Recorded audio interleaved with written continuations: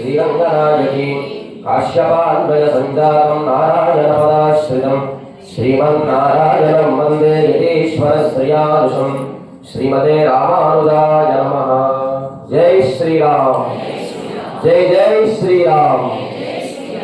ధనుర్మాస వ్రతంలో భాగంగా ఇవాళ రెండవ పాశరంలోకి చేరుకున్నాం. అంటే 30 రోజుల ఆనందంలో ఒక రోజు గడిచిపోయిందని సంతోషపడాలా బాధపడాలా? ఎందుకంటే బాధ సంతోషపడాలి. ఎందుకంటే ఇంకా 29 రోజుల్లో తలస్నానం కానీ పొద్దున రావడం కానీ అయిపోతుంది. సంతోషపడాలి, బాధపడాలి. సంతోషం ఎందుకంటే ఈ 30 రోజుల్లో ఒకరోజు స్వామి యొక్క నామ సంకీర్తన చేశారు. ఏం సంకీర్తన? నారాయణ. బాధ సంతోషపడాలి. ఎందుకంటే ఇంకొక కొద్ది రోజుల్లో స్వామి సింహాసన పాశరాన్ని చేరుకుంటాం. స్వామి యొక్క మంగళాశాసన పాశరం చేరుతాం. ఆండాల గోష్ఠి కంటే మన గోష్ఠే గొప్పదంట. ఎందుకు చెప్పండి మీరు? ఆండాల అమ్మవారి స్వామి సింహాసనం పైన ఎప్పుడు చూసింది? ఏ పాశరంలో చూసింది? 23వ పాశరంలో. మనం ఎప్పుడు చూస్తున్నాం? మొదటి రోజు. ఎవరి అదృష్టవంతులు చెప్పండి? మనమే అదృష్టవంతులు. గోదాదేవి స్వామి మంగళాశాసనం ఏ పాశరంలో పాడింది? 24 అంద్రిమూలకు. మనం ఎప్పటి నుంచి పాడుతున్నాం? మొదటి నుంచే పాడుతున్నాం. ఎవరు అదృష్టవంతులు? గోదా గోపిక కంటే మనమే అదృష్టవంతులు అని చెప్పి ఇవాళ పాశరంలో 2వ రోజుకి చేరుకున్నాము. నిన్నటి రోజున శ్రీమన్ నారాయణనే నమక్కే పరయితరువా అని చెప్పి నామ సంకీర్తన చేసింది. గోదాదేవి వ్రతం ఎందుకోసం చేస్తుంది? లోకమంతా క్షేమంగా ఉండాలని చెప్పి. ఎవరు ఈ వ్రతంలో అధికారులంటే స్వామి పైన ఇచ్చ కోరిక ఉన్న వాళ్ళు అందరూ కూడా రావాల్సిందిగా అని చెప్పి ఆహ్వానించింది. వేయించేయండి అని చెప్పి మర్యాద పూర్వకంగా నిన్న గోదాదేవి అందరినీ ఆహ్వానించింది, మనల్ని కూడా ఆహ్వానించింది. కనుక ఈ వ్రతం చేస్తే ఫలం వస్తుందా? వస్తుందా అండి? ఏం ఫలం వస్తుంది? ఆనందం వస్తుందా? సంతోషం వస్తుందా? ఆనందం వస్తుందా? సంతోషం వస్తుందా? మరి సంతోషానికి ఆనందానికి కనుక సుఖం ఉంటుంది, దుఃఖం ఉంటుంది. ఆనందం అనేది శాశ్వతముగా ఉంటుంది. కనుక ఆనందాన్ని ఇచ్చేవాడు ఎవరు? నారాయణనే నమక్కే. ఆ నారాయణుడు ఎవరు? ప్రళయకాలం కంటే ముందు మనందరినీ ఆయనలో ఉంచుకున్నాడు. సృష్టి చేసిన తర్వాత ఆయనలో నుంచి బయటికి వదిలేశాడు. ప్రళయకాలం అంటే మనం ఆయనలో ఉన్నాము. సృష్టి చేసిన తర్వాత ఆయన ఎక్కడ ఉన్నాడు? మనలో ఉన్నాడు. కనుక ఇవాళ పాశురంలో గోదాదేవి నామ సంకీర్తన 2వ వైభవాన్ని చెప్తుందన్నమాట. అంతేకాకుండా ఆ పరమాత్మని ఆశ్రయించాలంటే 2 లక్షణాలు చెప్పింది గోదాదేవి. ఏమిటంటే ఆకించన్యము, అనన్య గతిత్వము. ఏమిటండి? కొంచెం పలకడం కష్టంగా ఉందా? ఆకించన్యము, అనన్య గతిత్వము. ఆకించన్యం అంటే మనం కర్మ ఆచరించిన, భక్తి ఆచరించిన, జ్ఞానం సముపార్జించిన, ఇది నేను సముపార్జించలేదు, ఆయన అనుగ్రహం ఉంటేనే నాకు లభించిందని కలిగితే అప్పుడు స్వామి అనుగ్రహిస్తాడు. అనన్య గతిత్వం అంటే నాకు లోకంలో ఎవరు రక్షకుడు కాదు, శ్రీమన్నారాయణ శరణం ప్రపత్తే శ్రీమతే నారాయణాయ నమః. ఈ పాదారవిందమే నాకు రక్ష. గజేంద్ర మోక్షంలో ఏనుగుకి మొసలికి కొన్ని వేల సంవత్సరాలు యుద్ధం జరుగుతుంది. మళ్ళీ అన్ని సంవత్సరాలు యుద్ధం జరిగిన స్వామి వచ్చి కటాక్షించాడా? రాలేదు. మూల అన్నాడు ఒకసారి స్వామి. ఆయన లక్ష్మీదేవిని కూడా వదిలేసి వచ్చేశాడు. కనుక భగవన్నామ సంకీర్తనే గొప్పదని చెప్పి గోదాదేవి ఈ నామ సంకీర్తన వైభవాన్ని ఈ తిరుప్పావై దివ్యవ్రతంలో ఆచరించిందన్నమాట. భక్తి అంటే ఏమిటండి? భక్తి ఎవరిపైన ఉండాలి? స్వామి పైన ఉండాలి. భక్తి బాగా పెరిగితే ఏమవుతుంది? ప్రేమ కలుగుతుంది. మనకు బాగా ఇష్టమైన వాళ్ళని ప్రేమ కలిగితే ఏం చేస్తాం?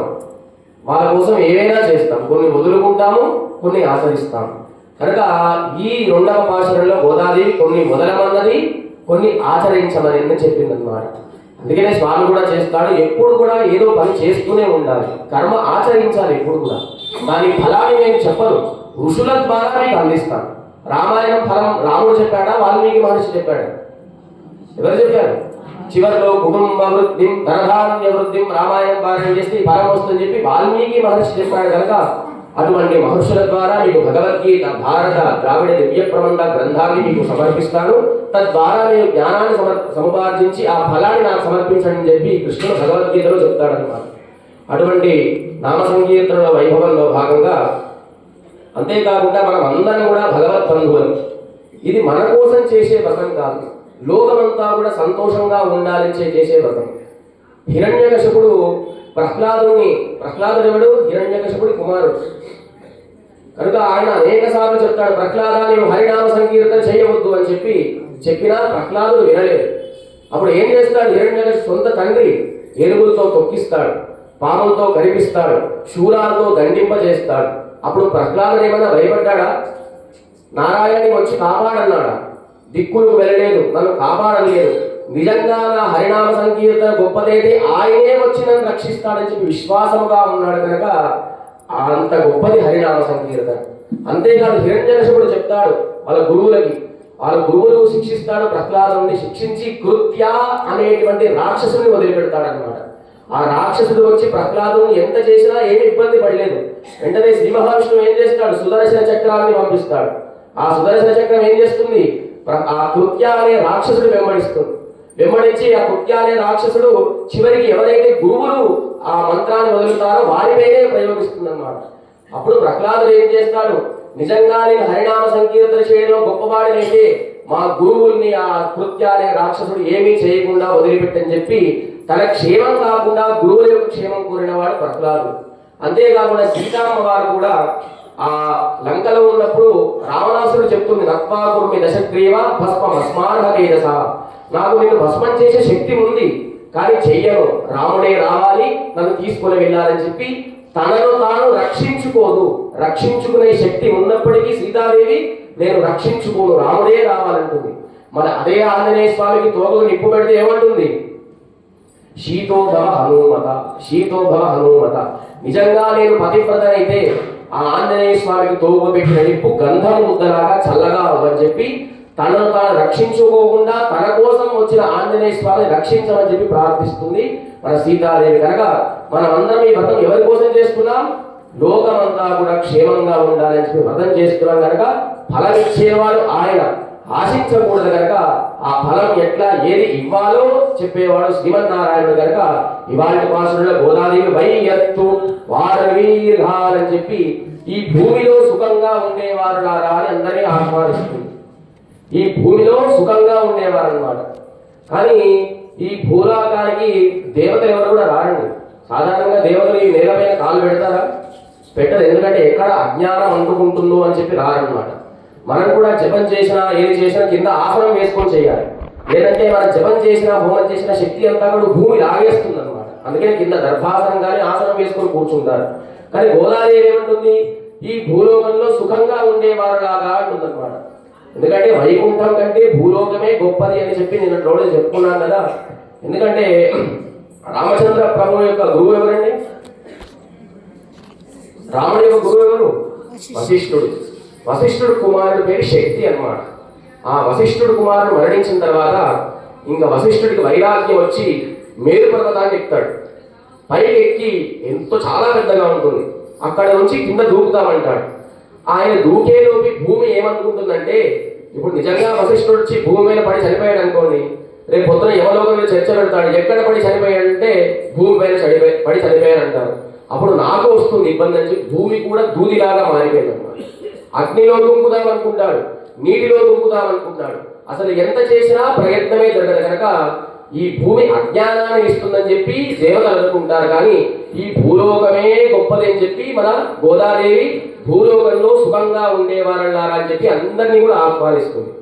రామచంద్ర స్వామి అవతారాన్ని చాలించే సమయంలో ఆయన కృతయుగం పరిసమాప్తి అయిపోతుంది అనమాట. అయిపోయిన తర్వాత చివరిలో అందరికీ ఏదేది కావాలో అందరినీ అందించేస్తాడు. చివరిలో ఆంజనేయ స్వామి సమయం వస్తుంది. ఆంజనేయ ఇక్కడ ఎందుకయ్యా వైకుంఠానికి వచ్చేసాయి, ఇక్కడ ఎందుకు? వైకుంఠంలో చాలా బాగుంటుంది, సమస్త భోగాలు ఉంటాయి, అన్నీ ఉంటాయి అని చెప్తే ఆంజనేయ స్వామి అంటాడు, స్వామి నిజంగానే వైకుంఠంలో కోదండం పట్టుకుంటాడని కోదండంలో వైకుంఠంలో రాముడు పట్టుకోండి, నిజంగా నువ్వు కోదండం పట్టుకుంటావంటే నేను వచ్చేస్తాను. వైకుంఠంలో నా భుజస్కంధాలపైన మోసే అధికారం నాకు ఇస్తావా? ఎప్పుడు ఇట్లా కూర్చుంటాడు, ఇవ్వను అంటాడు అనమాట. అప్పుడు ఆంజనేయ స్వామి అంటాడు, నా నోటిలో వైకుంఠం అనే శబ్దమే రాకూడదు. ఎత్ర ఎత్ర రఘునాథ కీర్తనం తత్ర తత్ర కృతమస్తకాంజలి. ఈ భూలోకంలోనే ఉంటాను, ఎక్కడ రామ కథ జరిగితే అక్కడే నేను ఉంటాను, ఆనంద బాష్పాలు కారుస్తానని చెప్పి నాకు ఈ భూలోకమే చాలా గొప్పది స్వామి అని చెప్తాడు. అంతేకాకుండా నాకు స్వామి నీ పైన ఎందుకు ఆంజనేయ స్వామిని వైకుంఠం రామంటాడంటే, రాముడు ఆయనకి సీతమ్మవారిని దర్శించిన తర్వాత ఆంజనేయ స్వామి తిరిగి సముద్రం వచ్చిన తర్వాత ఏం చేస్తాడు రాముడు? కౌగిలించుకుంటాడు. అంటే తన శరీరాన్ని ఆంజనేయ స్వామికి ఇచ్చేస్తాడు అన్నమాట. మనల్ది పాంచభౌతికమైన శరీరం, దేవతలది పంచ ఉపనిషన్మయ శరీరం అన్నమాట. అటువంటి రాముడి యొక్క శరీరాన్ని ఆంజనేయ స్వామికి ఆలింగనం చేసినా ఆయనకి తృప్తి లేదన్నమాట. ఆంజనేయ స్వామి రుణం ఏదో విధంగా తీర్చుకోవాలని బాధపడుతుండేవాడు. ఏ విధంగా తీర్చుకోవాలని నేను వైకుంఠానికి తీసుకెళ్తే రుణం తీరుతుంది అంటే ఆంజనేయ స్వామి రానంటాడు. మరి రాముడు రుణం తీరాలంటే ఏం చేయాలి? ఆంజనేయ స్వామి పెళ్లి చేసుకోవాలి, ఆంజనేయ స్వామి భార్యను రావణాసుడు ఎత్తుకుపోవాలి, రాముడు ఏ విధంగా ఆంజనేయ స్వామి ఏ విధంగా లంకకి వెళ్ళాడు రాముడు కూడా లంకకి వెళ్ళాలి, ఆంజనేయ స్వామి భార్యను చూసి రావాలి, ఆంజనేయ స్వామికి చెప్పాలి. ఎవరైనా జరుగుతున్నట్ల అప్పుడు రుణం తీరుతుంది అని భావన. కానీ నిజంగా ఆంజనేయ స్వామి పెళ్ళైందా? ఆయన నిత్య బ్రహ్మచారి కనుక రుణం తీరకుండా ఉండాలంటే వైకుంఠానికి రావయ్యా అంటాడు. లేదు స్వామి నీ పైన నాకు రెండు ఉన్నాయి, రెండు భావనలు ఉన్నాయి, ఒకటి స్నేహము ఒకటి భక్తి. ఆంజనేయ స్వామి రాముడిపై ఏమున్నాయి? స్నేహము భక్తి. స్నేహం అంటే దశరథ చక్రవర్తి లాగా ఉండాలి, భక్తి అంటే లక్ష్మణ స్వామి లాగా ఉండాలి. రాముడు అయోధ్య నగరాన్ని వదిలిపెట్టిన తర్వాత కొంత దూరం ప్రయాణించిన తర్వాత దశరథ చక్రవర్తి సుమంత్రుడిని పంపిస్తాడు. ఎవరిని? సుమంత్రుడిని పంపిస్తాడు, రాముడిని తీసుకొని రా అని చెప్పి. సుమంత్రుడు వెళ్తాడు, తిరిగి వస్తాడు. దశరథ చక్రవర్తి రాముడు భరద్వారాశ్రమానికి చేరుకున్నాడు, గుహుణ్ణి ఆశ్రయించాడని చెప్పిన వెంటనే దశరథ చక్రవర్తి ఏం చేస్తాడు? ప్రాణాన్ని వదిలేస్తాడు. అంటే ఒక క్షణం రాముణ్ణి చూడకుండా ఉండలేనటువంటి వాడు దశరథ చక్రవర్తి అంటాడు. అంటే ఒక క్షణం ఈ భూలోకంలో సౌలభ్యంగా ఉండే విగ్రహ రూపంలో అర్చావతారంగా నిన్ను చూడకపోతే నా దేహాన్ని దశరథ చక్రవర్తి ఏ విధంగా వదిలిపెడతాడో అటువంటి దేహాన్ని నేను విడిచిపెడతాను స్వామి అని చెప్పి నీపై నాకు స్నేహం ఉంది అని చెప్తాడు. మరి లక్ష్మణ స్వామికి ఏముందంటే భక్తి ఉందంట. ఏమిటా భక్తి అంటే అరణ్యంలో ఉన్నప్పుడు రాముడు అనేక సార్లు చెప్తాడు, లక్ష్మణ నువ్వు వెళ్ళిపో అంటే చివరికి లక్ష్మణ స్వామి కోపం వస్తుంది. ఆయన వెళ్ళిపోతూ అంటాడు, స్వామి నీటిలో చాపను తీస్తాం కదా, ఆ చాపని తీసినప్పటికీ దానిపైన నీళ్లు ఉంటాయి. ఆ నీళ్లు పోయిన తర్వాత చాప ఏ విధంగా మరణిస్తుందో ఇక్కడ రాముడు ఉన్నాడు. ఆ మెట్లు దాటిన తర్వాత రాముడు కనిపిస్తాడు మనకి. అక్కడ కనిపించకపోతే అక్కడే నాకు శరీరాన్ని వదిలేస్తాడనమాట. నేను వెనకకు తిరిగి చూస్తాను, చూసేంత వరకే నేను కనిపిస్తావు, కనిపించేంత వరకే శరీరం ఉంటుంది. అది దాటిన తర్వాత కనిపించకపోతే నేను కూడా శరీరాన్ని వదిలేస్తానని చెప్పి స్నేహము భక్తి అని చెప్పి నేను ఇక్కడే ఉంటాను, వైకుంఠం అనే పదమే నాకు వద్దంటాడు. అంతేకాకుండా వేదాంత దేశికులు అంటారు తొండరడిప్పొడి ఆళ్వార్. ఎవరు తొండరడిప్పొడి ఆళ్వార్ అంటే తిరుప్పావై కంటే ముందు తిరుప్పల్లేడి చదువుతారు కదా, అది అనుగ్రహించిన వారు ఎవరు? తొండర్ అడిప్పొడి ఆళ్వార్. ఆయన కూడా రంగనాథ స్వామి అంటాడు, తొందరడిప్పొడి ఆళ్వారే నీవు ఆ వైకుంఠానికి వచ్చేయి అంట. అంటే స్వామి ఈ భూలోకాన్ని విడిచి వైకుంఠానికి వస్తే ఎట్లా ఉంటుందంటే కరస్థ ఉదకం త్యక్వ. ఇప్పుడు మన ఇంట్లో డ్రమ్ము నిండా సాగర్ నీళ్ళు పట్టారు, 2 రోజులు డ్రమ్ము నిండా ఉన్నాయి, 3వ రోజు నీళ్ళు వస్తాయని చెప్పి డ్రమ్ము నిండా నీళ్ళు పారిపోస్తే ఏమవుతుంది? ఆ రోజు నీళ్ళు రావు. అంటే కరస్థ ఉదకం త్యక్వ, చేతిలో ఉండే వర్షం పడుతుందని చెప్పి భావించి చేతిలో నీళ్లు వదిలేసి చివరిలో వర్షం పడకపోతే ఎట్లా ఉంటుందో ఇక్కడ ఉండి వైకుంఠానికి వెళ్తే నాకు ఏమి ఉండదయ్యా, ఇక్కడే ఉండి రంగనాథ స్వామి సేవన చేసుకుంటాను ఎవరంటారు? తొండర్ అడిప్పొడి ఆళ్వా అని అంటారు అన్నమాట. అంతేకాకుండా వేదాంత దేశులైనటువంటి గురువు అంటారు, వేదాంత దేశుల్ని కంచిలో వరదరాజ స్వామి అంటాడు. కంచిలో ఉండే స్వామి పేరేంటి? వరదరాజ స్వామి. ఆ స్వామి అంటాడు, వేదాంత దేశులారా మీకు వైకుంఠ ప్రాప్తిని కలిగిస్తానంటాడు. ఎవరు? వరదరాజ స్వామి. అప్పుడు వేదాంత దేశకులు అంటారు, అయ్యో భగవంతుడు ఆయన అడిగినప్పుడు మనకు కాదనకూడదు కదా. సరే అంటాడు, ఆ వరదరాజ స్వామిని చిప్పులో పెడతాడు.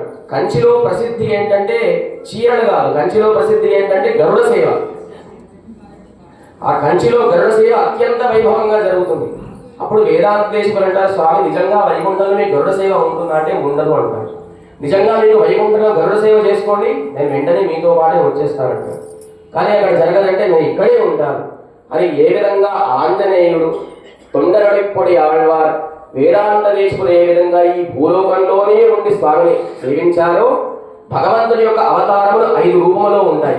అది పరము, వ్యూహము, విభవము, అంతర్యామి, అర్చావతారము. చెప్పండి. పర, వ్యూహ, విభవ, అంతర్యామి, అర్చావతారం. నిన్నటి భాషణంలో పరమపదంలో ఉండేటువంటి శ్రీమన్నారాయణుని కీర్తించింది గోదాదేవి. ఇవాళ రోజున వ్యూహ వాసుదేవుడు అంటే పాలసముద్రంలో ఉండేటువంటి స్వామిని కీర్తించింది. రేపటి రోజున విభవావతారంలో ఏ విధంగా రాముడు, కృష్ణుడు, వామనుడు దిగి వచ్చాడో ఆ విధంగా కీర్తిస్తుంది. 4వ పాశురంలో అంతర్యామి, 5వ పాశురంలో అర్చావతారం. దీంట్లో అన్నిటికంటే ఏది గొప్ప అండి? ఎందుకు గొప్ప? కనిపిస్తాడు కదా. మీరు ఒకసారి శ్రీమన్నారాయణ అన్నాడు అనుకోండి, ఆయన ఎక్కడో లక్షల కిలోమీటర్ల దూరంలో పర్వతంలో ఉంటాడు, వినిపిస్తుందా? సరే, అంతకంటే కింద పాలసముద్రంలో ఉంటాడు, వినిపిస్తుందా? సరే, రామకృష్ణావతారంలో రాముడిని మనం చూడలేదు, కృష్ణుని మనం చూడలేదు. సరే, అంతర్యామి, అంతర్యామిలో ఉండే స్వామి కనిపిస్తాడా? ఎందుకు కనిపించడండి? ఈ కింద నీళ్లు ఉన్నాయా? మనం కూర్చున్న కింద నీళ్లు ఉంటాయా? ఉంటాయా, ఉండవా? కానీ కనిపిస్తుందా? కనిపించవు. ఈ నీళ్ళు ఎక్కడ కనిపిస్తాయి? నల్లా తిప్పితే వస్తుంది, బంద్ చేస్తే ఆఫ్ అయిపోతుంది. కింది నీటిలో ఉండేవాడు అంతర్యామి. ఆ ట్యాప్ తిప్పిన వెంటనే నీళ్ళు వచ్చేది అర్చావతారం. మీకు స్లోగా కావాలంటే స్లోగా నీళ్ళు వస్తాయి, ఫాస్ట్గా అంటే ఫాస్ట్గా వస్తాయి. మీరు కూర్చోమంటే కూర్చుంటాడు, నిల్చోమంటే నిల్చుంటాడు. దీంట్లో ఏది గొప్పది? అర్చావతారమే గొప్పది. కనుక ఈ భూలోకంలో అర్చా రూపంలో ఆరాధించే ఆ విగ్రహ రూపాన్ని దర్శించే భూలోకంలో ఉండే అందరినీ కూడా ఆహ్వానిస్తుంది మన గోదాదేవి. కనుక భాగవతంలో కృష్ణ పరమాత్మ అవతారాన్ని చాలించే సమయంలో ఉద్ధవుడు అంటాడు. ఎవరండి? ఉద్ధవుడు అని అంటాడు, స్వామి మీ అవతారంలో మీకు ఏది బాగా ఇష్టం అంటే, నేను ఏదైతే సమయం గోపికలతో గడిపానో ఆ సమయం నాకు చాలా ఇష్టం అంటాడు. ఎవరండి గోపికలు? మీరందరూ గోపికలు అన్నమాట. కనుక ఏ సమయం అయితే మనం భగవంతుడికి వినియోగిస్తున్నామో ఆ సమయమే స్వామికి ఆనందదాయకం. ఆయన వైకుంఠంలో ఉన్నా, శ్రీదేవి భూదేవితో ఉన్నా, ఎన్ని భోగములున్నా, ఎన్ని సుఖములున్నా ఏదంటే ఇష్టం? ఈ భూలోకమే ఇష్టం. బ్రహ్మ కానీ ఇంద్రుడు కానీ వారికి సాధారణంగా బ్రహ్మలోకం ఇంద్రలోకం రాదు. బ్రహ్మ కానీ ఇంద్రుడు కానీ ఎవరైనా సరే ఈ భూలోకంలో పుట్టాలి, 7 జన్మలు ఎత్తాలి, తపస్సు చెయ్యాలి, తర్వాత వారికి బ్రహ్మలోకం ఇంద్రలోకం వస్తుంది. ఆ బ్రహ్మలోకంలో ఉండే వారందరూ కూడా అనుకుంటారంటే మేము కూడా గోపికల్లాగా ఉంటే బాగుంది, ఎప్పుడూ కృష్ణుడు వెంటే తిరిగేవారని చెప్పి బ్రహ్మలోకంలో ఉండే వారందరూ కూడా అనుకుంటారన్నమాట. కనుక ఇవాళ భాషలో ఏమంటుంది? వైయత్తు వారిగాల్ నామం నంపావైక్. మనం అందరం చేసేటువంటి వ్రతం అంటుంది. ఇంతవరకేమో ఇది మా కోసం చేసే వ్రతం కాదు, ఇప్పుడేమంటుంది? మనం అందరం కోసం చేసే వ్రతం. మనం అందరం ఎవరు? స్వామి యొక్క బంధువులు, భగవత్ బంధువులు. ఇప్పుడు రోడ్డు పైన వెళ్తే పిలిచేవాడు బంధువు అవుతాడా? మనం అందరం స్వామికి బంధువులం. మనమే బంధువులం కనుక మనం అందరం కూడా ఎవరికి బంధువులం? ఆ స్వామికే బంధువులం. కనుక శ్రీ వైష్ణవ భాగవతోత్తములు భగవద్భక్తులందరూ కూడా ఆచరించవలసిన గొప్ప వ్రతం ఈ తిరుప్పావై వ్రతం. కనుక నామం నంపావైక్. ప్రహ్లాదుని హిరణ్యకశిపుడు అడుగుతాడు, నీవు మంచి రాజ విద్యను నేర్చుకున్నావా? నేర్చుకున్నాను. ఎందుకంటే హిరణ్యకశిపుడు తర్వాత పరిపాలించేది ఎవరు? ప్రహ్లాదుడే. కనుక నీవు రాజ విద్యను నేర్చుకున్నావా? నేర్చుకున్నాను. అస్త్రశస్త్ర విద్యను నేర్చుకున్నావా? అన్ని నేర్చుకున్నావు. మరి శత్రువుకి మిత్రుడికి తేడా నేర్చుకున్నానంటే అది మాత్రం నేర్చుకోలేదండి. ఎందుకు? నాకు శత్రువులో విష్ణువే కనిపిస్తున్నాడు, మిత్రుల్లో కూడా విష్ణువే కనిపిస్తున్నాడు. ఇద్దరిలో విష్ణువు కనిపిస్తే ఇంకా విద్య ఎందుకు? నాకు అవసరం లేదంటాడు ప్రహ్లాదుడు. కనుక అందరిలో పరమాత్మ ఉంటాడు కనుక అందరూ కూడా ఈ వ్రతం చేయడానికి ఆహ్వానిస్తుంది గోదాదేవి. తర్వాత వైయత్తు వార్వీర్గాల్ నామం నంపావైక్ శయ్యం కిరిశేగల్ కేలీరో. అందరికి బోర్ కొడుతుందండి, తూలుతున్నారు ఇట్లా. శయ్యం కిరిశేగల్ కేలీరో అని చెప్పి కృష్ణ పరమాత్మ భగవద్గీతలో చెప్తాడు. ఎప్పుడు మనం ఏదో కర్మ ఆచరిస్తూనే ఉండాలి. అది మన కోసం కాదు, స్వామి నా చేత చేయిస్తున్నాడు అనుకుంటాడు. గీతాశాస్త్రంలో కూడా యుద్ధం చేసే ముందు అర్జునుడు కిరీటం తీసేస్తాడు, ఈ కవచకుండలాలు తీసేస్తాడు. నా పైన ఎన్ని బాణాలు కొట్టినప్పటికీ కొట్టిన వాడికి పాపం వస్తుంది, నాకు రాదు కదా అని చెప్పి అంటాడు. ఎంతసేపు ఓర్చుకుంటారండి? ఒక బాణం తగిలితే, 2 బాణాలు తగిలితే, 3 బాణాలు తగిలితే, మహా అంటే 4 బాణాలు తగిలితే ఓపికతో ఉంటాడు. 5వ బాణం తగిలితే ఏం చేస్తాడు? ఈయన కూడా తీసి బాణం కొట్టేస్తాడు. అప్పుడు కృష్ణుడు అంటాడు, ఎవరో చూస్తున్నారనో ఎవరో నిన్ను ఇబ్బంది పెడుతున్నానో యుద్ధం చేయకు, నేను చెప్తున్నాను కనుక నేను చేయంటాడు కనుక అది ఆత్మభక్తి యోగం కనుక అటువంటి కర్మ చేసినా దోషమే ఉండదని చెప్పి కృష్ణుడు అర్జునుడికి చెప్తాడు. తర్వాత కేయం త్రిశేగల్ కేళీరో. కేళీరో అంటే చాలా శ్రద్ధగా వినడం అనమాట. ఇంతకుముందు మీరందరూ చాలా శ్రద్ధగా వినేవారు, ఎందుకంటే ఆ స్పీకర్ కింద ఉండే సౌండ్ పెద్దగా వచ్చేది, అది పైకి వెళ్ళింది అందరూ వినడం లేదు కనుక శ్రద్ధగా వినాలని చెప్పి గోదాదేవి ఇటువంటి సాత్వికమైన సమయంలో భగవన్నామం వింటే చెవు కూడా ధరిస్తుంది. సీతాదేవి ఏం చేస్తుంది, తన జడతోనే ఊడిపోసుకుందామని చూస్తుంది. ఎట్లా బ్రతుకుతుంది, ఆంజనేయ స్వామి ఒకసారి రామ గడ చెబితే ఆ రామనామం చెవిలోకి దూరి, చెవిలో ఉండేటువంటి రామనామం హృదయంలోకి దూరి, హృదయం నుండి మెదడుకు వచ్చిన వెంటనే ఒక్కసారి జడను వదిలేస్తుంది అన్నమాట. ఏం చేయాలి, ఫస్ట్ శ్రద్ధగా కేళీరో, చెప్పిన వినాన్ని మీరు ఏ విధంగా శ్రద్ధగా వింటున్నారో ఆ విధంగా శ్రద్ధగా వినాలని చెప్పి అంటున్నారు. శాస్త్రం 4 లక్షణాలు చెప్పింది. ద్రష్టవ్య, శ్రోతవ్య, మంతవ్య, నిదధ్యాసితవ్య. అంటే ద్రష్టవ్య అంటే ముందుగా చూడు, శ్రోతవ్య అంటే విను, మంతవ్య అంటే మననం చెయ్యి, నిదధ్యాసితవ్య స్వామిని ధ్యానం చెయ్యి అని చెప్పి 4 విషయాలు చెప్పింది. కానీ మన భగవద్ రామానుజుల వారు అట్లా చేయలేదు. ముందుగా శ్రోతవ్య, ముందు శ్రవణం చెయ్యి, తర్వాత మననం చెయ్యి, తర్వాత ధ్యానం చెయ్యి, తర్వాత స్వామిని చూడు అని చెప్పి ఎవరు చెప్పారు, భగవద్ రామానుజుల వారు. అదే ప్రహ్లాదుడు కూడా చెప్పాడు, 9 భక్తులు 9 పుష్పాలు స్వామికి సమర్పించాలి. ఏంటంటే శ్రవణం, కీర్తనం, విష్ణోస్మరణం, పాదసేవనం, అర్చనం, వందనం, సఖ్యం, దాస్యం, ఆత్మ సమర్పణం. అంటే శ్రవణం అంటే ముందుగా భగవన్నామ సంకీర్తన వినాలి, తర్వాత మనం కీర్తించాలి, తర్వాత స్వామిని స్మరించాలి, తర్వాత పాదసేవ చేయాలి, తర్వాత అర్చించాలి, ఒకసారి నమస్కారం చేయాలి, ధ్యానించాలి, స్వామినే మన భర్తగా భావించాలి. ఎందుకంటే సృష్టికి భర్త ఆయనే కనుక చివరిలో మన ఆత్మని సమర్పిస్తే తాను ఆనందంగా స్వీకరిస్తాడని చెప్పి ఎవరు చెప్పాడు, ప్రహ్లాదుడు చెప్పాడు. కనుక శ్రద్ధగా వినండి కేళీరు అని చెప్తుంది. అంతేకాకుండా పరీక్షితుడు, మీకు తెలుసా అండి పరీక్షితుడు ఎవరు పరీక్షితుడు? మొట్టమొదలు భాగవతాన్ని విన్నవాడు శుభబ్రహ్మ దగ్గర. ఆ పరీక్షితుడు కుమారి పేరు జనమేజయుడు. ఏం పేరు? జనమేజయుడు. ఆ జనమేజయుడికి పెద్ద రోగం వస్తుంది, పెద్ద వ్యాధి వస్తుంది. వచ్చినప్పుడు వైశంపాయనుడు వస్తాడు. వచ్చి జనమేజయ, నీ రోగం తగ్గాలంటే నీవు మహాభారతం కథ వినవయ్యా. మహాభారత కథ ఎవరో కాదు, మీ తాత ముత్తాల కథనే నేను వ్యాసుడి దగ్గర విన్నాను. నీవు రాజు కనుక రాజుకి ఏదైనా విషయం చెప్తే లోకమంతా తెలుస్తుంది కనుక నేను నీకు ఉపదేశం చేస్తానని చెప్పి జనమేజయుడికి వైశంపాయనుడు చెప్తాడన్నమాట. అప్పుడు సరేనండి, ఎన్ని శ్లోకాలు ఉంటాయండి అంటే ఇది మొత్తం మహాభారతం ఎన్ని 18 పర్వాలు అంటే సుమారుగా 2,50,000 శ్లోకాలు ఉంటాయండి అని చెప్పాడు. అమ్మో అంత సమయం నా దగ్గర లేదండి, నేను రాజులు కదా చాలాసేపు అందరూ ఎదురు చూస్తున్నారంటే సరే అంతసేపు అవసరం లేదు, ఒక పర్వం వినున్నాడు. సరే ఎన్ని శ్లోకాలు ఉంటాయంటే 50,000 60,000 ఉంటాయి. అమ్మో అంత సమయం నా దగ్గర లేదు, ఇంకా తగ్గించండి అంటాడు. సరే ఆ పర్వాన్ని 100 భాగాలుగా చేశారయ్యా, అందులో ఒక భాగం విను అంటాడు. మరి దాంట్లో ఎన్ని శ్లోకాలు ఉంటాయండి, 2,000 3,000, అంత సమయం లేదంటాడు. సరే అది కూడా ఒక అధ్యాయం విను, ఎన్ని శ్లోకాలు అంటే సుమారుగా 250 ఉండొచ్చండి. అమ్మో అంత సమయం లేదు, ఇంకా ఏదైనా సూక్ష్మ మార్గం ఉంటే చెప్పంటాడు. చెప్పిన తర్వాత నేను ఇంతవరకు మహాభారతాన్ని అనేక మందికి ఉపదేశించాను, ఎవరు కూడా వద్దు వినను అనలేదు, నీ ఒక్కడనే అంటున్నావు. సరే మీకు సూక్ష్మంలో చెప్తానంటాడు. ఎవరు? వైశంపాయనుడు జనమేజయుడికి.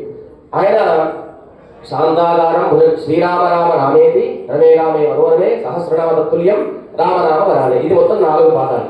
ఆ 4 పాదాలు ఒక చివరి పాదం చెప్తాడన్నమాట. ఏమిటి అంటే ద్వావిమో పురుషో మూఢో. ఏమంటాడు? ద్వావిమో పురుషో మూఢో అంటాడు. ఈ సృష్టిలో ఇద్దరు మూర్ఖులు ఉన్నారంటాడు. ఇద్దరే ఉంటారండి మూర్ఖులు.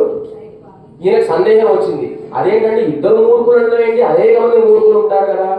అయిపోయింది, చివరి పాదం అయిపోయింది, వెళ్ళిపోతాడు అనమాట. ఆయన శ్లోకంలో 4 పాదాలు ఉంటే చివరి పాదం మాత్రమే చెప్పాడు. ఈయనకు సమయం లేదు విందామంటే. సరే నేను వెళ్ళిపోతున్నా, కాదండి 2 మూర్ఖులు ఎవరంటాడు. అప్పుడు శ్లోకం పైన లైన్ చెప్తాడనమాట. ఏంటంటే దుర్యోధన దశానన అంటాడు అనమాట. ఈ లోకంలో అదేంటండి ఎవరు మూర్ఖులు అంటే 2 పేర్లు అన్నారు, దుర్యోధనుడు రావణాసురుడు. అదేంటంటే వాళ్ళు చాలా మంచి రాజ్యపాలన చేశారు, దుర్యోధనుడు చాలా రాజ్యపాలన చేశాడు, రావణాసుడు కూడా మంచి ఐశ్వర్యం కలిగిన వాడు. అయిపోయింది, ఆ రెండటి యావతను వెళ్ళిపోతాడు. కాదు కదా, వాళ్ళిద్దరు ఎందుకు మూర్ఖులండి అంటే దుర్యోధనుడు యుద్ధం వద్దంటే అర్జునుడితో యుద్ధం చేసి ఓడిపోయాడు. ఆంజనేయ స్వామి లంకకు వెళ్ళాడు, లంక అంతా దహనం చేశాడు. చేసిన తర్వాత అయినా కూడా బుద్ధి రాకుండా రాముడితో యుద్ధంకి వచ్చాడు. అయిపోయిందా అండి? అసలు సరే నేను వెళ్ళిపోతానన్నాడు. లేదు లేదు, అసలు యుద్ధం ఎందుకు చేశాడండి? యుద్ధం ఎందుకు చేశారని చెప్పాలంటే నువ్వు మహాభారతం మొత్తం వినాలనుకున్నాను. అంటే అసలు శ్లోకాలే వద్దన్నవాడు 1,20,000 శ్లోకాలు విన్నాడు. ఎట్లా అంటే ముందు శ్రద్ధగా విన్నాడు. ఎట్లా వినాలంటే ఒక ఆయన రామాయణం పారాయణం చెప్తున్నాడండి. ఒక ఊరిలో చక్కగా రామాయణం పారాయణం చెప్తున్నాడు. ఒక ఆయన శ్రద్ధగా మంచిగా ముందరే కూర్చొని శ్రద్ధగా విన్నాడు. చివరిలో ఉపన్యాసం అయిపోయింది. ఉపన్యాసం చెప్పానికి మంచి సన్మానం చేశాడు. దండశాలలో అంతా వేసిన తర్వాత, స్వామి మీరు ఉపన్యాసం చెప్తుంటే నా 2 చెవులు ఏదో చెవుల్లాగా చేసి విన్నారండి. నాకు 2 సందేహాలు ఉన్నాయి. ఏ ఉపన్యాసం చెప్పాడు ఆయన? రామాయణం. ఇంతకీ రాముడు రాక్షసుడా రావణాసుడు రాక్షసుడా? ఈయనకు సందేహం కలిగింది. సరే ఇంకొక ప్రశ్న ఏమిటండి అని అడిగాడు. ఈ లోకంలో అందరి దేవతలకి దేవాలయం కడతారు, కానీ బ్రహ్మకి ఎందుకండి దేవాలయం కట్టారని అడుగుతారు.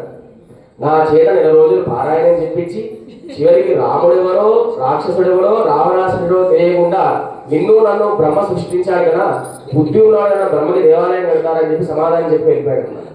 కనుక వినేవాళ్ళు ఎట్లా ఉండాలని శ్రద్ధగా వినాలి. పరీక్షిత్ మహారాజుకి శుకబ్రహ్మ భాగవతాన్ని ఉపదేశించాడు. అసలు పరీక్షిత్ ఎటువంటి వాడంటే ఒక్క సమయం కూడా వేస్ట్ చేసేవాడు కాదనమాట. అటువంటి పరీక్షిత్ మహారాజు ఈ మహాభారతం ఎంత చెప్పిన తర్వాత వైశంపాయనుడు జనమేజయుని అడుగుతాడనమాట. నేను మహాభారతం మొత్తం చెప్పాను కదా, నీకు ఏది నచ్చింది? ధర్మం నచ్చిందా, అర్థం నచ్చిందా, కామం నచ్చిందా, మోక్షం నచ్చిందా? నాకు ఏది నచ్చలేదండి అంటే అంత కష్టపడి 1,20,000 శ్లోకాలు చెప్పాను, కనీసం ఏదో చెప్పాలి కదా. ఈయన అన్నాడు, నాకు ఏమి ఇష్టం లేదని మీరు చెప్తున్నారు, నేను హాయిగా వింటున్నాను కదా, అదే నాకు ఇష్టం అండి అని చెప్పి కేవలం శ్రద్ధగా వినాలి. అంతేకాకుండా పరీక్షిత్ మహారాజుకి భాగవతాన్ని ఎవరు ఉపదేశించారు? శుకబ్రహ్మ. ఎట్లాగంటే 7 రోజులు ఉపదేశించాడు. అటు కదలకుండా లేవకుండా, ఆకలి వేసినా తినకుండా, దాహం వేసినా తాగకుండా. పరీక్షిత్ ఎటువంటి వాడంటే ఆయన ఒకసారి అరణ్యానికి వేట కోసం వెళ్తాడు. ఎవరు? పరీక్షిత్ మహారాజు. పరీక్షిత్ మహారాజు అడవికి వెళ్తే ఆయనకి నీళ్లు కావాల్సి వస్తుంది, దాహం వేస్తుంది. ఆ దాహం వస్తే ఎదురు ఒక ఆశ్రమం ఉంటుంది, ఆశ్రమంలో ముని తపస్సు చేసుకుంటాడు. ఎంత పిలిచినా ముని పలకడు. చివరిలో ఏం చేస్తాడంటే బాగా తిట్టి పక్కనే ఒక పాము కలేవరం శవం ఉంటుందన్నమాట. ఆ ముని శిరస్సు పైన పాము యొక్క శవాన్ని వచ్చి వేసి వెళ్తాడనమాట.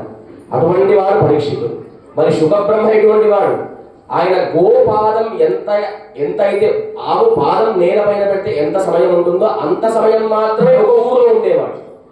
ఎందుకంటే ఎవరితోనైనా సంబంధం పెట్టుకుంటే మనలా ప్రేమ కలుగుతుంది, మన వ్యామోహం కలుగుతుంది చెప్పి ఎక్కడ ఒక క్షణం కూడా ఉండేవారు వారు ఎవరు?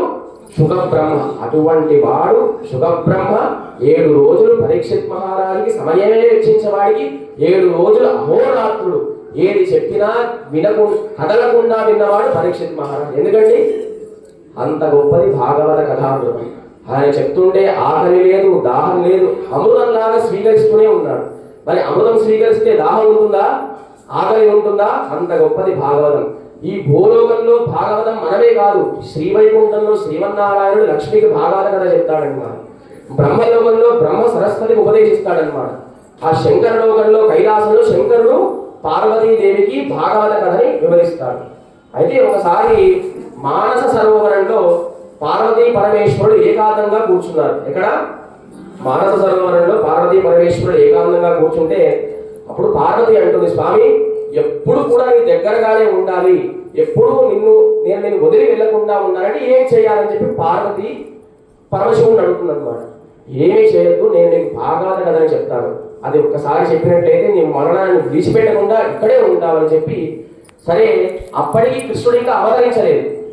అవతరించక ముందే భాగవత కథ శ్రవణం చేస్తున్నారు కనుక అది ఎవరికి కూడా భూలోకంలో ఎవరికి తెలియకూడదు.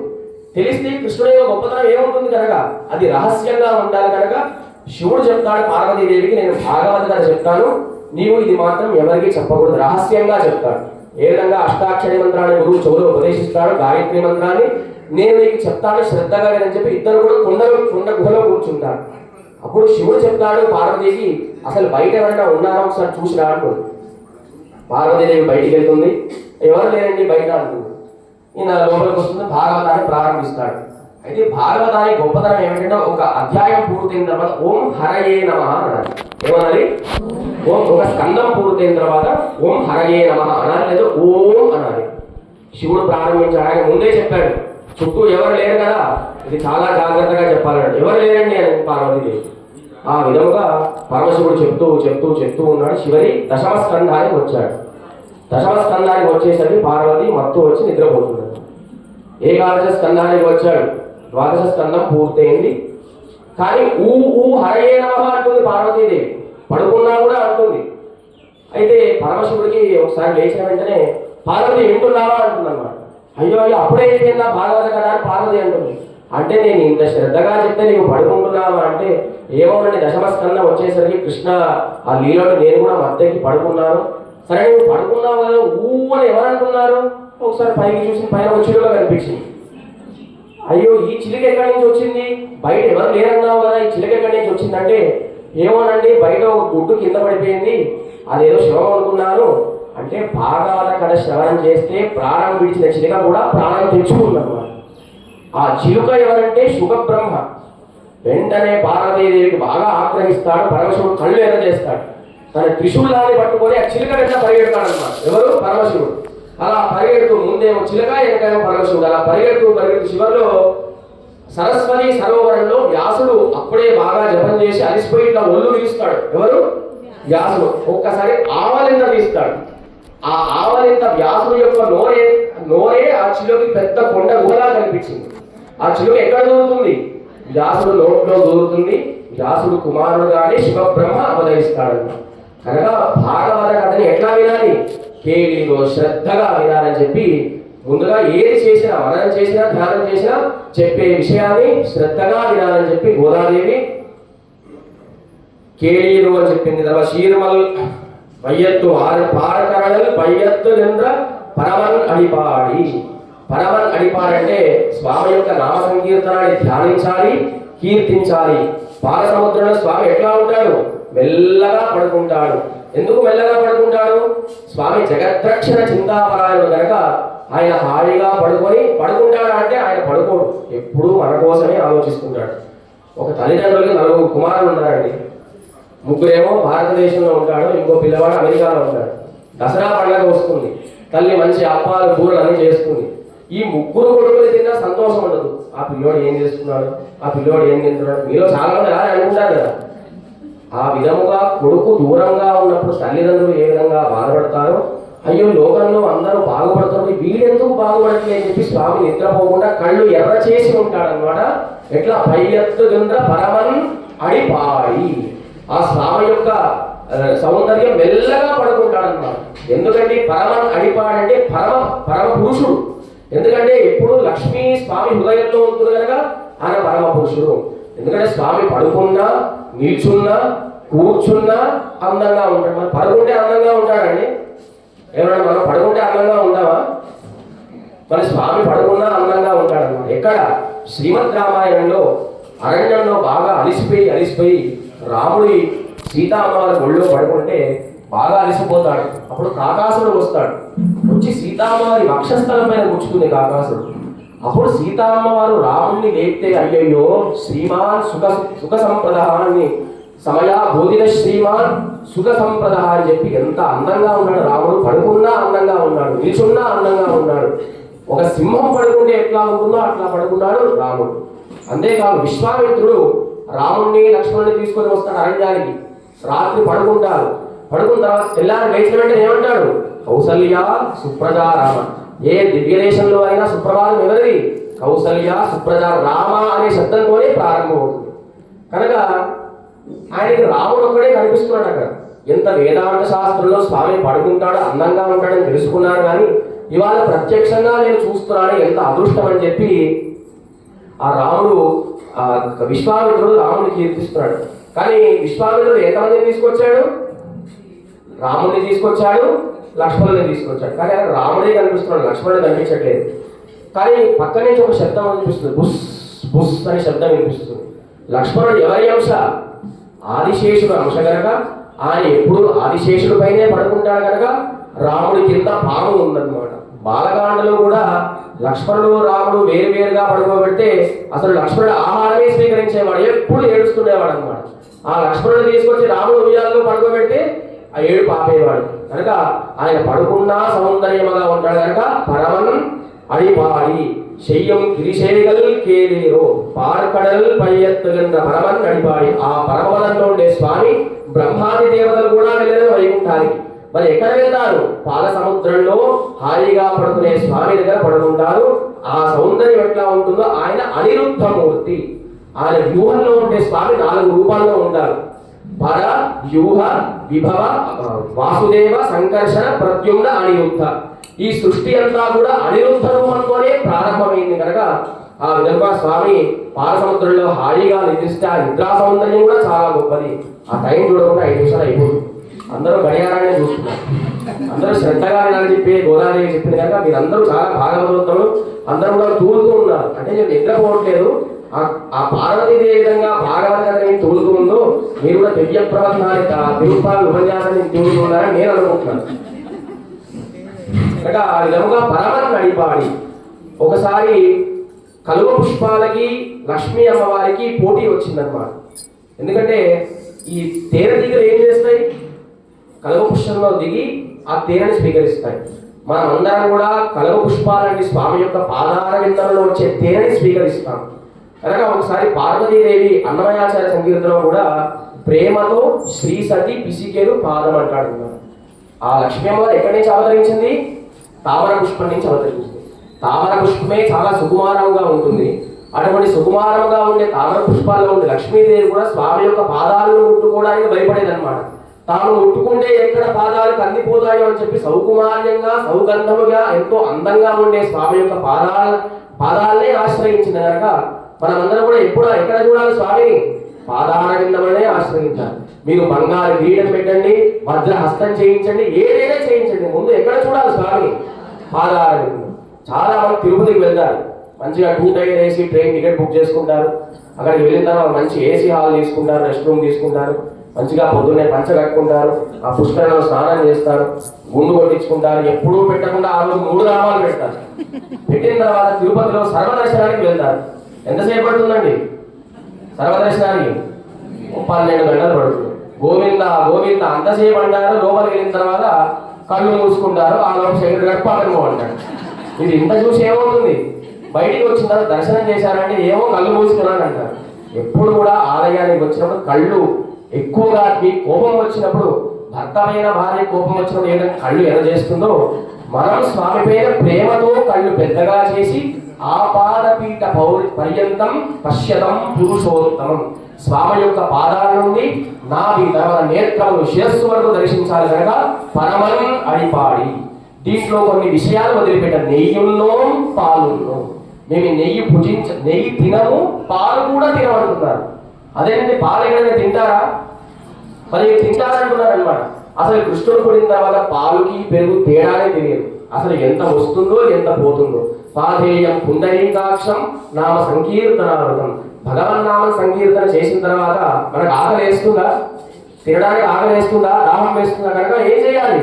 నెయ్యున్నో పాలున్నో. మరి మన పొంగల్లో నెయ్యి వేస్తారు కదండి, కాఫీ తాగుతాం, పాలు ఉంటాయి కదండి. భగవన్ నివేదిత ప్రసాదాన్ని ఆయన సమర్పించిన తర్వాత మనం కాదు లోపల ఉండే ఆత్మలో ఉండే పరమాత్మని సమర్పిస్తున్నగా భావించినట్లయితే మనం కూడా నెయ్యున్నో పాలున్నో.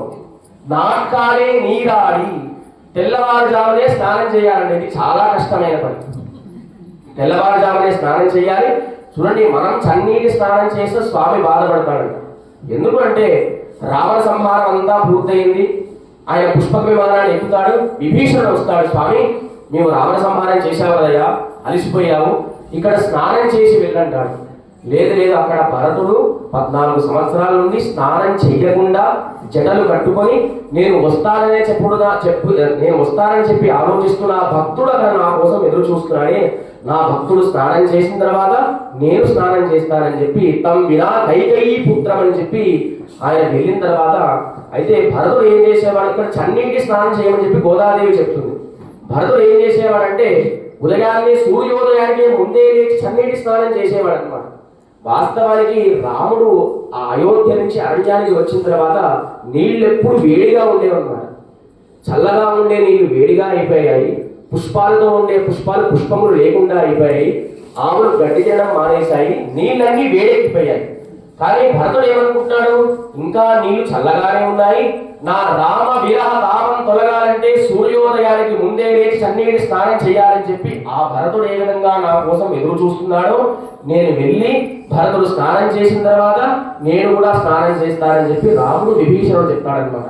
ఏం చేయాలి, నెయ్యున్నో పాలున్నో నాట్కాలే నీరాడి, తెల్లవారుజామునే స్నానం చేయాలి. మైయెట్టెడుదో మడలిట్టు నాముడయో, మేము కాటుక పెట్టుకోము పుష్పములు పెట్టుకోము. అంటే కాటుక మేము పెట్టుకోవడం కాదు, కృష్ణుడే వచ్చి మాకు కాటుక పెట్టాలి, కృష్ణుడే వచ్చి మాకు పూలదండలు వేయాలి. ఒకసారి ఒక గోపిక ఏం చేస్తుందంటే కృష్ణుడిని తీసుకొని వెళ్ళిపోతుంది. మిగతా గోపికలందరూ కూడా బృందావనంలో చూస్తున్నాడు, కృష్ణుడు ఎక్కడా కృష్ణుడు ఎక్కడా అని చెప్పి. చివరిలో వారికి 4 అడుగులు కనిపిస్తాయి, 2 ఏమో కృష్ణుడివి, 2 ఏమో గోపికవి. కొంత దూరం వెళ్ళిన తర్వాత 2 అడుగులు కనిపిస్తాయి, 2 అడుగులు బాగా లోతుగా కనిపిస్తాయి అన్నమాట.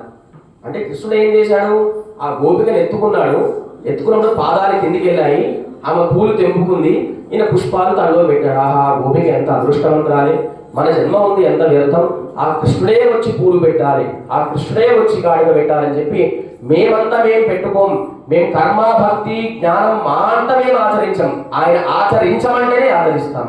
కర్మ కానీ జ్ఞానం కానీ ఈ రెండింటిలో ఏది గొప్ప అంటే భక్తి గొప్ప అన్నమాట. కర్మ అంటే హోమం చేయాలి, 4 గంటల సమయం పడుతుంది, సమయాన్ని వెచ్చించాలి. జ్ఞానం అంటే పుస్తకాలను తెలియజేయాలి, సమయం లేదు. భక్తి అంటే ఏం లేదు, స్వామిని ఒకసారి చూసి శ్రీమతే నారాయణాయ నమః ఒకసారి పుష్పాలు సమర్పించు, ఆయన ఆనందిస్తాడు. కనుక కర్మ జ్ఞాన భక్తి యోగంలో ఏది గొప్పదంటే భక్తి యోగమే గొప్పదని చెప్పి గోదాదేవి చెప్తుంది. నెయ్యున్నోం పాలున్నోం నాట్కాలే నీరాడి మైయెట్టెడదోం మలరెట్టు నామదయం శయ్యాదన శయ్యోం తీక్కునలే శన్రోధం. మా పెద్దలు ఏదైతే ఆచరించారో మేము అదే ఆచరిస్తాము. విభీషణుడు వస్తాడు, నేరుగా రాముడిని చేరడన్నమాట. వానర వీరుడు చెప్తాడు, వానర వీరులారా నేను లంకానగర్ నుంచి వచ్చాను, రాముడిని శరణాగతి చేయాలని చెప్పి మీరు రాముడికి చెప్పండి అని చెప్పి ఒక ఆచారాన్ని మధ్యలో పెట్టుకొని విభీషణుడు రాముడిని ఏ విధంగా ఆశ్రయిస్తాడు, మా అంతటా మేము స్వామిని ఆశ్రయించాం, ఎవరి ద్వారా భాగవతోత్తమ సమాశ్రయం చేస్తూ స్వామిని ఆచరిస్తామని చెప్పి గోదా గోపిక చెప్తుంది. మన చెయ్యాదర్శ తీక్కునలే చంద్రోదం, ఇది చాలా గొప్పదండి. చాడీలు చెప్పకూడదు, ఇది గొప్ప విషయం, అండర్లైన్ చేసుకోవాలండి. ఈ విషయాలు ఎక్కడ, ఆ విషయాలు ఎక్కడ, ఇద్దరు మాట్లాడుతున్న విషయం 3వ విషయంలో ఈ 30 రోజులు చెప్పుకోవచ్చు, తర్వాత చెప్పుకోవచ్చు. ఈ తిరుపాల వ్రతం అయిన వరకు చెప్పుకోకండి, తర్వాత మీ ఇష్టం. మనమంతా ఎవరి గోష్ఠికి చెందిన వాళ్ళం, సీతా గోష్ఠికి చెందిన వాళ్ళం అండి. గోదా గోష్ఠికి సరే, మనమందరం కూడా సీతా పిరాటి గోష్ఠికి చెందిన వాళ్ళం. లంకలో సీతా అమ్మవారు ఎంత ఇబ్బంది పెడతారు, రాక్షస స్త్రీలు చాలా ఇబ్బంది పెడతారు. చివరిలో ఆంజనేయ అమ్మ రావణ సంహారం పూర్తయింది, వీరందరూ నేను ఇబ్బంది పెట్టారు కదా, వీరందరినీ నేను సంహరిస్తాను. లేదు వద్దయ్యా, వాళ్ళంతా వాళ్ళు శిక్షించలేదు, రావణాసురుడు చెప్తే శిక్షించారు కనుక వారిని దండించొద్దు, వారిని శిక్షించొద్దు అని చెప్పి చాడీలు చెప్పకూడదు, ఎక్కిరించకూడదు, ఎగతాళి చేయకూడదు అని చెప్పి రాముడు చెప్తాడండి రామాయణంలో. శూర్పణఖ వస్తుంది, వచ్చినప్పుడు రాముడు ఏం చేస్తాడు, నేను కాదు నా పక్కన తమ్ముడు చాలా అందంగా ఉండేసి శూర్పణఖకి ఎక్కిరిస్తాడు. ఆయన కామరూపంతో వచ్చింది ఆవిడ, ఈయన ఏదో చెప్పి పంపించకుండా పక్కన ఆ లక్ష్మణ స్వామి ఉంటాడు, నాకు పెళ్లి అయిపోయింది ఆయనకి ఇంకా కాలేదని చెప్తాడు. అప్పుడు రాముడు ఏం చేస్తాడు, ఎగతాళి చేస్తాడు. కానీ రాముడు రామాయణం చెప్తాడు, ఎగతాళికైనా అపహాస్యానికైనా ఒక హద్దు ఉంటుంది, ఆ హద్దు మీరితే నేను 10 మాసాలు భార్య దూరం అయిపోయింది అని చెప్పి రాముడు రామాయణం చెప్తాడు. కనుక ఎప్పుడు కూడా ఎదుటి వారిని ఎగతాళి చేయకూడదు, చాడీలు చెప్పకూడదు, నిందలు వేయకూడదు. తర్వాత అయ్యం పిచ్చయం ఆంతర్యం కైకాటి. అయ్యం అంటే దానం చేయాలి, పిచ్చయం అంటే ధర్మం చేయాలి. దానం అంటే భగవద్గీతలో 3 రూపాయలు చెప్పాడు, సాత్విక దానం, తామస దానం, రాజస దానం. రాజస దానం అంటే ఎవరైనా దానం కోసం ఇంటికి వచ్చారనుకోండి, వాడిని చీడ పడ ఆ మాట ఈ మాట చెప్పి దానం చేస్తారు, అది రాజస దానం. తామస దానం అంటే మీరు దానం చేసి ప్రతిఫలాన్ని పొందుతారు కదా, వీడు ఎప్పుడో నాకు ఉపయోగపడతాడే, దీనికి దానం చేస్తే మనకే మంచిది అనుకుంటారు కదా, అది తామస దానం. సాత్విక దానం అంటే ఇది నా కోసం కాదు, భగవంతుడే నన్ను అనుగ్రహించాడు, దానం చేసే యోగ్యతను నాకు కల్పించాడు కదా, ఆ విధముగా సాత్విక దానం చేయాలి. దానం అంటే డబ్బు ఇవ్వడమో, ధనం ఇవ్వడమో, ద్రవ్యం ఇవ్వడమో కాదు. ఎవరైనా మన ఆలయానికి కొత్త వాళ్ళు వచ్చారని తిరుపతి ఇది ఏంటంటే అంటే వారిని భయపెట్టకూడదు. ఇది తమిళ భాషలో ఉంటుందండి, ఇది 30 భాషలండి, పొద్దున్నే స్నానం చేయాలండి, 105 నామాలు చెప్పాలండి, మాకే 30 సంవత్సరాలు పెట్టింది చెప్పకూడదు వారికి. ఇది చాలా గొప్పవ్రతం అండి. ఈ వ్రతం చేస్తూ లోకమంతా కూడా క్షేమంగా ఉంటుందని చెప్పి భగవత్ వైభవాన్ని భాగవత వైభవాన్ని చేసినా కూడా దానమే అవుతుందని చెప్పి గోదాదేవి చెప్తుంది. తర్వాత ధర్మం చేయాలి. ధర్మం అంటే ఎవరికి ఎంత అవసరం ఉంటుందో అంతే ధర్మం చేయాలి. కనుక అయ్యమం పిచ్చయం ఆంతరం కైకాటి ఉయ్యుమారింద్రి ఉగందేలో రంభాబాయి అని చెప్పి 6 విషయాలు వదిలిపెట్టాలి, 6 విషయాలు మనం పాటించాలని చెప్పి ఏ విషయాలు వదిలిపెట్టాలని చెప్పి గోదాదేవి ఈ పాసురంలో చెప్పిందంటే కేరీరో శ్రవణం చేయాలి, హరిపాడి అంటే స్వామి యొక్క పాదాల విందను ఆశ్రయించాలి, నాట్కాలే నీరాడి తెల్లవారుజామునే స్నానం చేయాలి, అయ్యం దానం చేయాలి, పిచ్చయం ధర్మం చేయాలి. ఆ దాన ధర్మం చేసిన తర్వాత మాకు సంతోషం కలిగించాలి. ఈ చేయవలసిన 6 వదలవలసినవి ఏం చేయాలి? నెయ్యున్నో పాలున్నో నయ్యెట్టెడులో మగరెట్టు రాముడయో శయ్యాదన శయ్యో తీక్కురడై చంద్రోదో అని చెప్పి ఇవాటి భాషలో గోదాదేవి ఈ 6 విషయాలు చెప్పింది, 6 విషయాలు వదిలిపెట్టింది. ఏదో సమయం ఎక్కువ తీసుకోవాలని చెప్పి నా ఉద్దేశం కాదు. ఈ ఉపన్యాసం చెప్పడానికి రోజు 3 గంటలు మాత్రం నేను పిలుస్తాను. మీ అందరికీ కూడా విషయాన్ని అర్థవంతంగా చెప్పాలి. ఇంత విషయం రాసుకున్న తర్వాత ఒక 10 నిమిషాలు ముగించాలంటే నాకు బాధ కలుగుతున్నక మీరందరూ కూడా అన్యదా భావించకుండా ఈ ఉపన్యాసాన్ని శ్రద్ధగా ఒక 10 నిమిషాలు ఆలస్యమైన మీ పిల్లలకి బాక్స్ లేటుగా ఒక 5 నిమిషాలంటే ఈ 30 రోజులు మళ్ళా రావండి, మరలా వచ్చే సంవత్సరం లభించాలి. కనుక ఈ 30 రోజులు ఒక 10 నిమిషాలు అటు ఇటు ఆలస్యమైన నన్ను అన్యదా భావించకుండా భగవత్ కథ అమృతాన్ని మీరందరూ కూడా శుకబ్రహ్మ పరీక్షిత్ మహారాజు భాగవతం చెప్పిన విధంగా అమృతాన్ని స్వీకరించాడు. మీరందరూ కూడా అటువంటి అమృతాన్ని స్వీకరిస్తారని చెప్పి నేను భావిస్తూ జై శ్రీమన్నారాయణ. కనుక ఇవాటి భాషణంలో ఎవరిని కీర్తించింది? పరమన్ అడిపాడి పాలసముద్రంలో ఉండేటువంటి క్షీరాబ్దినాథుణ్ణి. ఆయన ఎవరు? అనిరుద్ధుడు. అనిరుద్ధుడితోనే ఈ సృష్టి ప్రారంభమైన కనుక ఇవాటి భాషణంలో నిన్నటి రోజున పరమపదం, కిందటి ఇవాటి రోజున పాల సముద్రం అనేటువంటి దివ్య దేశాన్ని మన గోదాదేవి కీర్తించింది. ఆండాల్ దివ్య తిరుమడిగలే. జై శ్రీరామ్, జై శ్రీరామ్. గట్టిగా జై జై శ్రీరామ్, జై శ్రీరామ్. ఇలాంటి చక్కటి భౌతిక విషయాలు అసలు ఎక్కడెక్కడో పోతే కానీ దొరకవు. అలాంటి ఉత్తమోత్తమైనటువంటి